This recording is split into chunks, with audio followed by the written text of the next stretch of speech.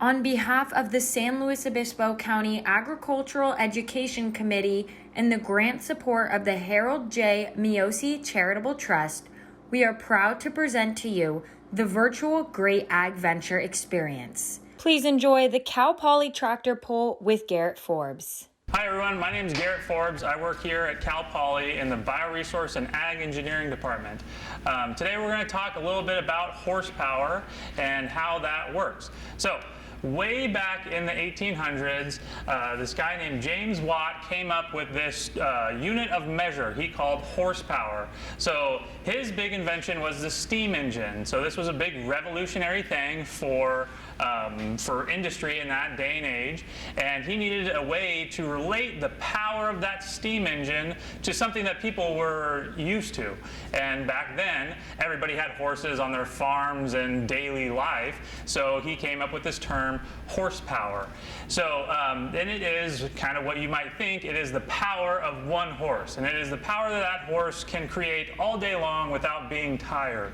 So, one horse can create 550 foot-pounds per second. So what that means is a horse can pull with a force of 550 pounds at a speed of 1 foot per second, about that fast. So, and that's what he used to relate the power of his steam engine to the common person. So, normally I have you guys do some different things here. We're going to calculate how much horsepower. Normally I would calculate how much horsepower you guys could create, and I'll show you how we're going to do that in a minute. But instead of having you guys do it, we're going to do it with just me here. So we need to know 3 different things to figure out the power that I can create. So the first thing we need to know is the force. Remember I said a horse can pull 550 pounds at 1 foot per second. So we need to know how much force I'm pulling, we need to know the distance that I pulled it, and then we need to know how fast I did that. So 3 different things. We need to know the force, the distance, and the time. And with those 3 numbers, we can calculate how much power I can create, or how much power anyone can create.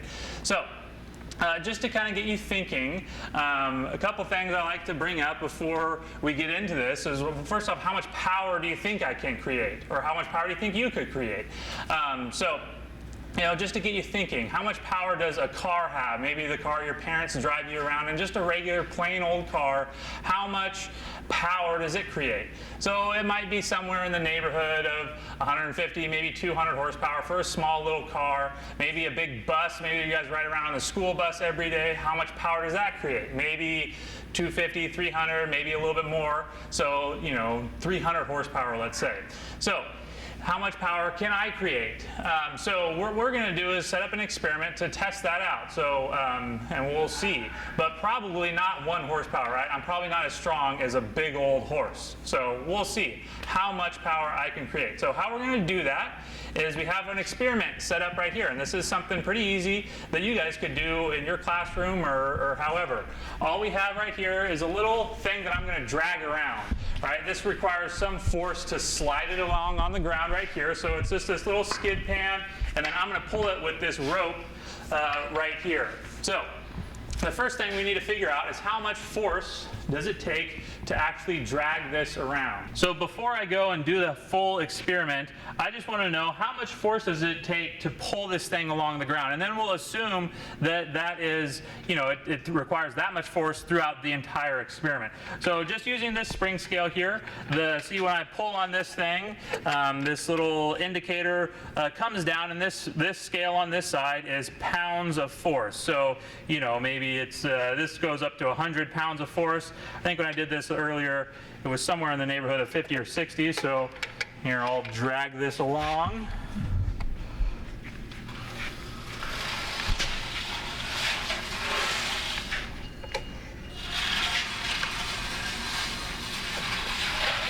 All right.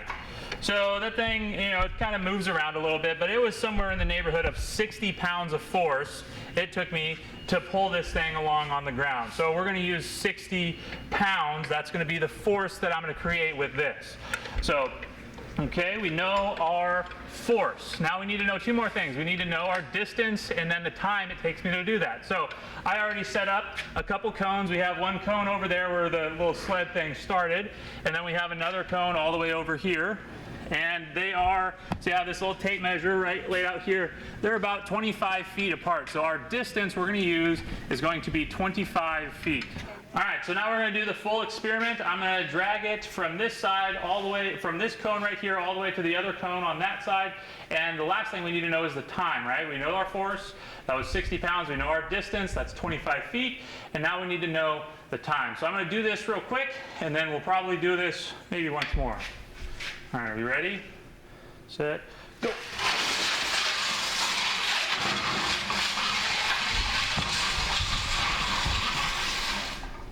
Okay, so we have our three numbers. We have our force, we have our distance, and we have our time. So to turn this into horsepower, we're gonna do this real quick. So remember, we have 1 horsepower, I said, equals 550 foot-pounds per second. Right, that's our term for what 1 horsepower equals. So we're going to turn the measurements that I took into horsepower. So we're going to have 60 pounds times 25 feet divided by 6.5 seconds. And then we're going to multiply that times, what do you have? 50 foot-pounds per second.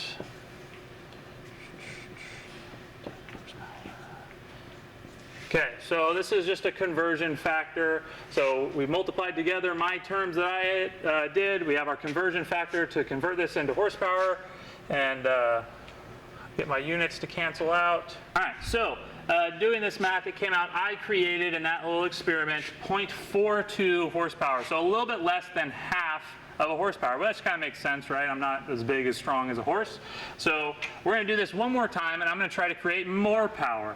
So how are we going to be able to create more power with the experiment we have going on here? Well, I'm not going to change the force. I could add more weight, potentially. You know, that's going to be harder. It's going to take more power to pull more weight, but I don't want to do that. I'm not going to change the distance of the track. We're going to leave that the same it is. But what I am going to do is I'm going to try to change the time. So the faster I go, the more power I created during this experiment. So I'm going to do this one more time, and I'm going to try to do this a little bit faster and see if I can make more power. Set, go.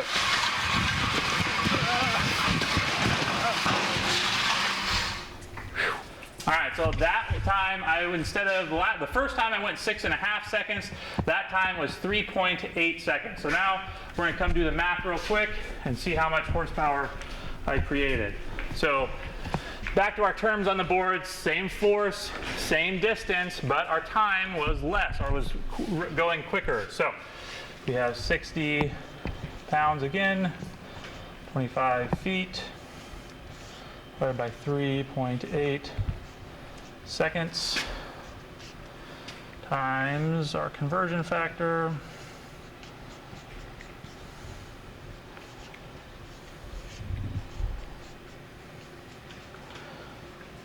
And this comes out to be, so that time I was able to create 0.72, so almost 3/4 of a horsepower. So that might sound like, I mean, I'm not 3/4 of a horse. A horse is a huge animal, right? You know, a horse might be somewhere between maybe 1,200 pounds or so, might be your kind of average size horse. I don't weigh anywhere near 1,200 pounds, right? So, or even close to half that. But I was able to create almost 3/4 of horsepower. But remember, when this term was defined by James Watt, this was the power that a horse can create all day long. So for a short burst of time, right, just for 3 seconds, or almost 4 seconds, I was able to create 3/4 of horsepower. I couldn't do that at all. I mean, you guys saw me, I was running across the track. I couldn't do that all day long, no way. But for a short instance, I can create, you know, almost close to 1 horsepower. Definitely not all day though. So that's kind of why I was able to create that much power.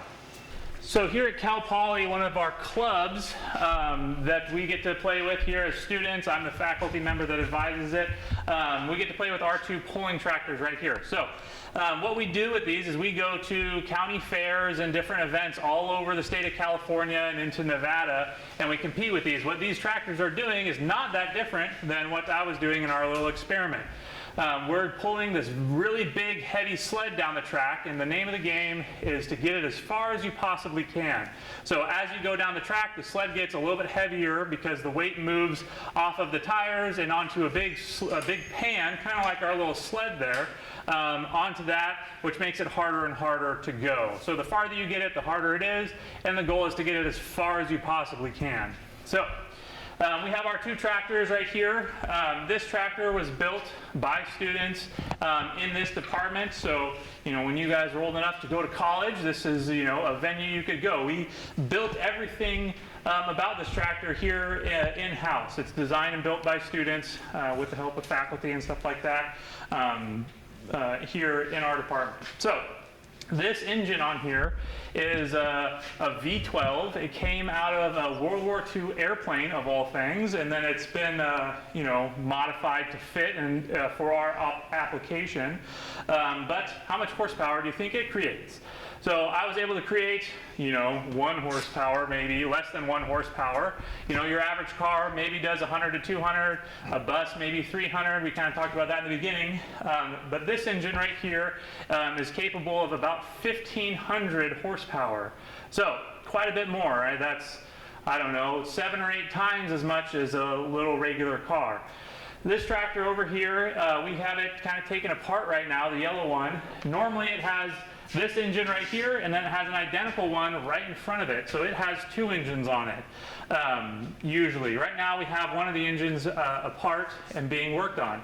So when we have both engines on this one and it's running good, this one makes somewhere in the neighborhood of 2,500 horsepower. So 1,000 more horsepower than this one. So they compete in different events all throughout California. You guys may have seen us at different fairs or something like that, maybe in your guys' hometowns, because we go all over the place. And that's just the starter motor trying to start the engine.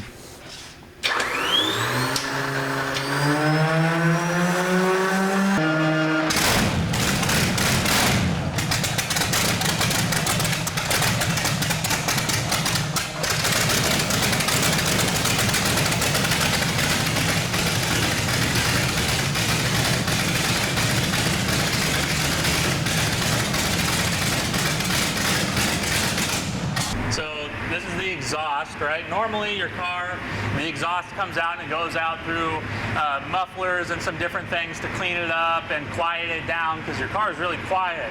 We don't have any sort of mufflers on this at all, right? All these pipes, that's just the exhaust gases coming out of the engine. And if you count, there's 6 down either side, right? This is a V12, so it's a V-shaped engine and there's 12 cylinders, right? 6 on each side.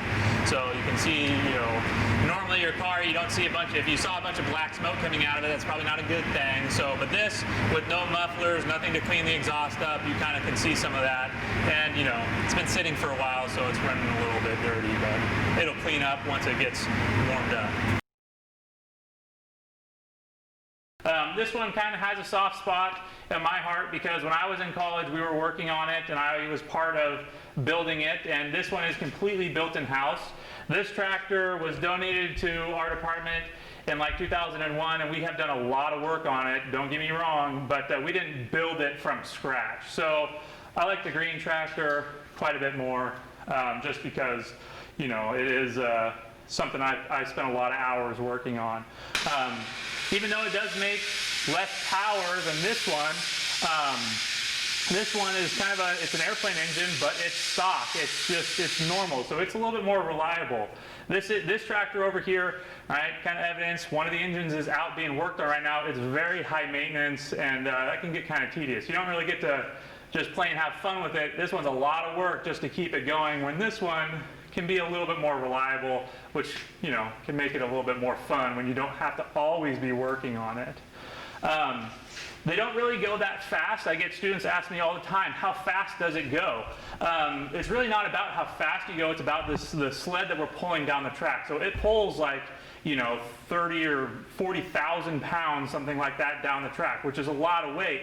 But it doesn't go that fast. Sometimes the sled that we pull around has a little speedometer in it. This doesn't tell us how fast we're going. And you can get upwards of 30 miles an hour going down the track, and the tires are spinning the whole time. So maybe the tires on this tractor are going 50 miles an hour, but we're pulling this huge heavy weight and going down the track.